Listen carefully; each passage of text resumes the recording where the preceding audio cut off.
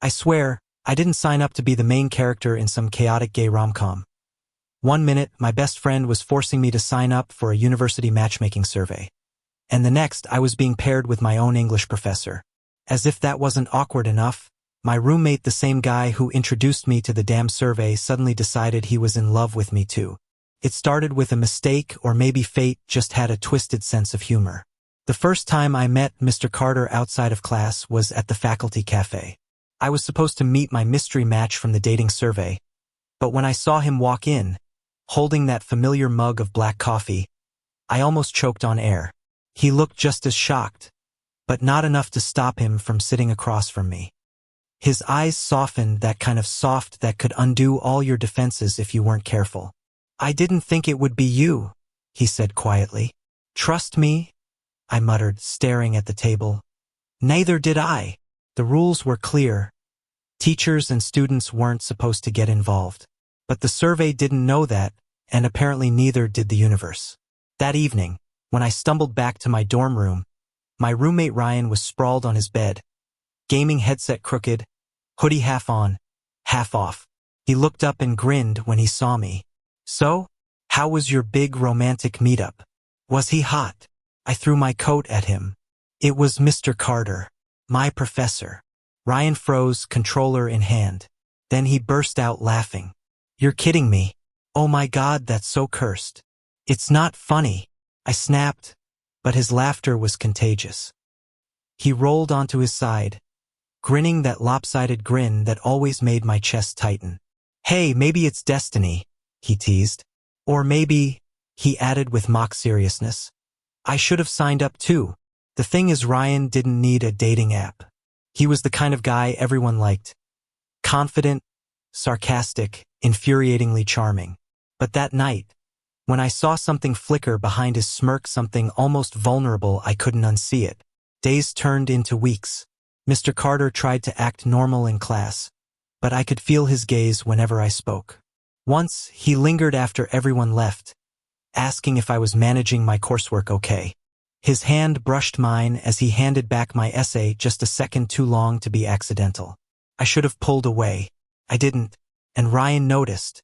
"You've been weird lately," he said one night, sitting on the floor with a bowl of instant noodles. "Is it him? The professor?" "What? No." I lied. He studied me, eyes narrowing. "You're a terrible liar, Eli." Then, softer. "He's not the only one who likes you, you know." My heart stopped. The room went completely silent except for the hum of the radiator. "Ryan."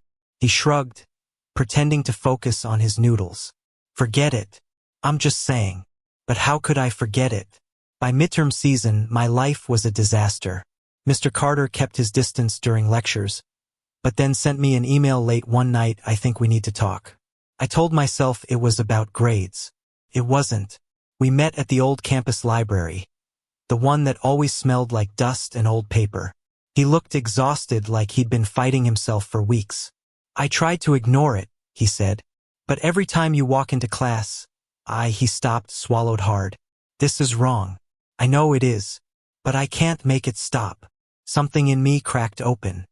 Maybe it was the way his voice shook, or the way he looked at me like I was something precious and forbidden all at once. And when he kissed me, God, it was like the world tilted. It was gentle, hesitant, but real. Too real. I didn't sleep that night. The next morning, Ryan was sitting by the window, sunlight catching his hair. He looked up at me and smiled faintly. "So, you chose him." My throat tightened. "I didn't." "Yeah, you did," he said quietly, turning away. "And it's okay. Really. I just wish it wasn't him." That was the moment I realized no matter what I did, someone was going to get hurt. I avoided both of them for a week. Mr. Carter stopped making eye contact in class, his lectures sharper, faster, like he was trying to erase me from the room.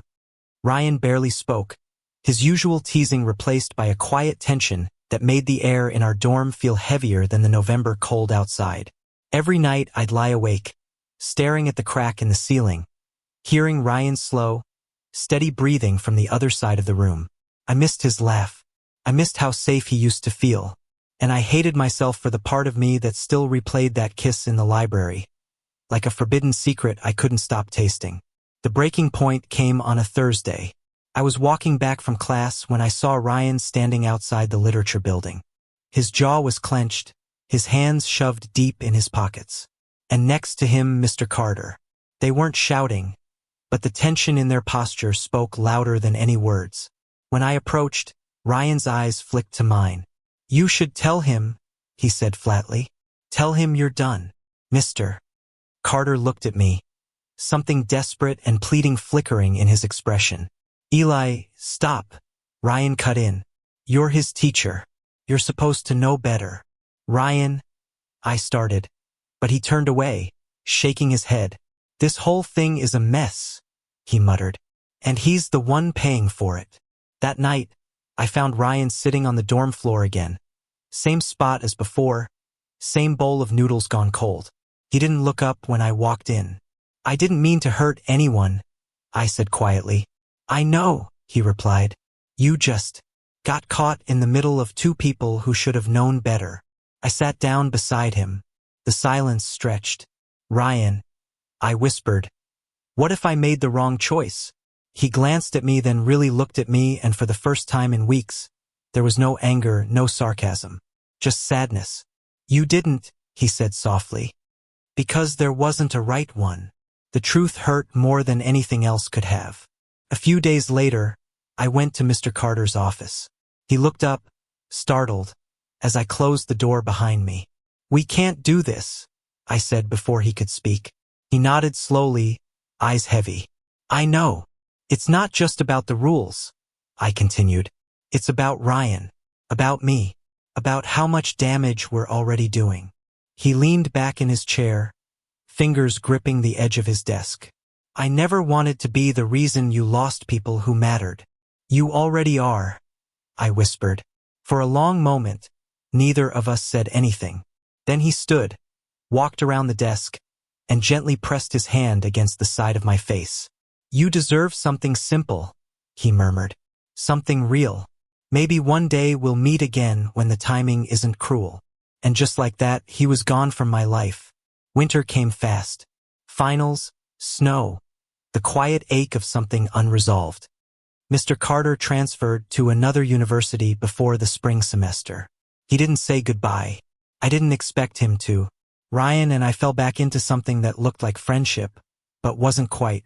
The tension faded slowly, replaced by small moments, coffee shared during late-night study sessions, stupid jokes about professors, the way he'd drape his blanket over my shoulders when I fell asleep at my desk. One night, after an exhausting day, I came back to find him sitting by the window, watching the snow. "You ever think about what comes after all this?" he asked. "After college?" He nodded. "After the heartbreaks, after the dumb mistakes, after you stop running from everything." I hesitated, then sat beside him. "Yeah, I think about it." He smiled faintly. "Good, because I think maybe you and I still have something left to figure out." I didn't answer. Instead, I leaned my head against his shoulder. His arm slipped around me like it belonged there.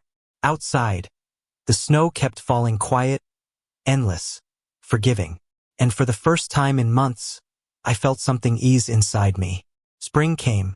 Ryan and I moved out of the dorm into a small off-campus apartment, 2 bedrooms, one leaky faucet, and a view of the city that looked almost magical at night. We never labeled what we were. We didn't have to. Sometimes, when the evening light spilled through the window and painted his face gold, I'd catch myself thinking about how everything started: the wrong survey, the forbidden crush, the heartbreak. How love can arrive in all the wrong shapes before it finally finds the right one. Ryan would catch me staring and grin. "What?" he'd ask. "Nothing," I'd say, smiling back. "Just thinking how weird life is." He'd laugh, pull me closer, and kiss my forehead. "Yeah, but maybe weird isn't so bad." And maybe he was right. Because love, I realized, isn't always about grand gestures or perfect timing. Sometimes it's about two people sitting in a half-broken apartment, watching the sunset through dusty blinds, quietly choosing each other again and again, even after everything. Months later, I got a postcard in the mail. No return address, just neat handwriting on the back. Eli, I hope you're well. I heard you're painting again. Keep at it. You have something special, never let anyone dim it. Take care of him. See. I smiled, folded the card, and tucked it into my sketchbook. Ryan walked in just then, holding 2 coffees. What's that? Nothing, I said, slipping the postcard between the pages. Just a reminder of where I've been. He handed me my cup and sat beside me on the couch. Then here's to where we're going, he said, raising his coffee like a toast. And for once, I didn't feel torn or lost. Just home. The world outside went on bright, messy, unpredictable.